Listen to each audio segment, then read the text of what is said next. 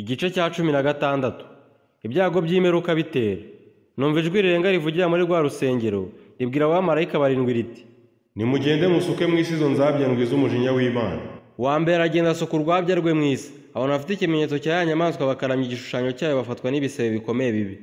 Uwa kabiri asuka urwabya rwe mu nyanja ihinduka amaraso nk'ay'intumbi. Ikintu cyose cyo mu nyanja gifite ubugingo kirapfa.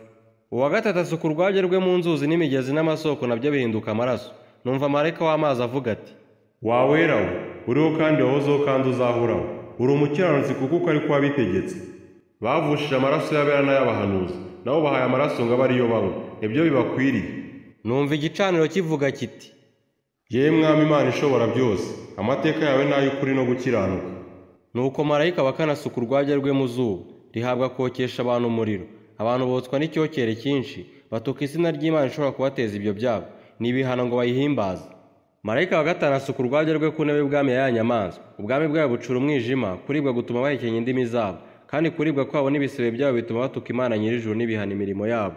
Marayika wa gatandatu asuka urwabya rwe mu ruzi runini Ufurate, amazi yarwo akamera kugira ngo inzira y'abami baturuka iburasirazuba yitegurwe. Nuko mbona mu kanwa ka cya kiyoka no mu kanwa ka ya nyamaswa no mu kanwa ka wa muhanuzi w'ibinyoma havamo imyuka itatu mibi isa n'ibikeri.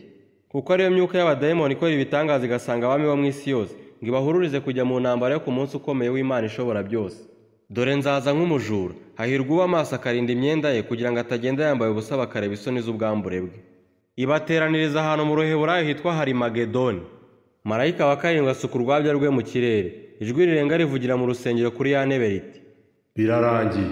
Habaho imirabyo n'amajwi no guhinda kw'inkuba, habaho n'igishyitsi cyinshi. Igishyitsi gikomeye gityo ntikigeze kubaho uhereyeho abantu babereye mu isi. Wa mudugudu ukomeye ugabanywamo gatatu, imidugudu y'abanyamahanga iragwa. Babuloni ikomeye yibukwa imbere y'Imana, ngo ihabwe agacuma k'inzoga ariyo nkazi y'umujinya wayo. Ibirwa byose birahunga kandi imisozi ntiyaboneka.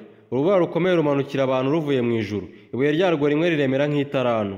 Icyo cyago cy'urubura gituma abantu batuka Imana, kuko icyago cyarwo gikomeye cyane.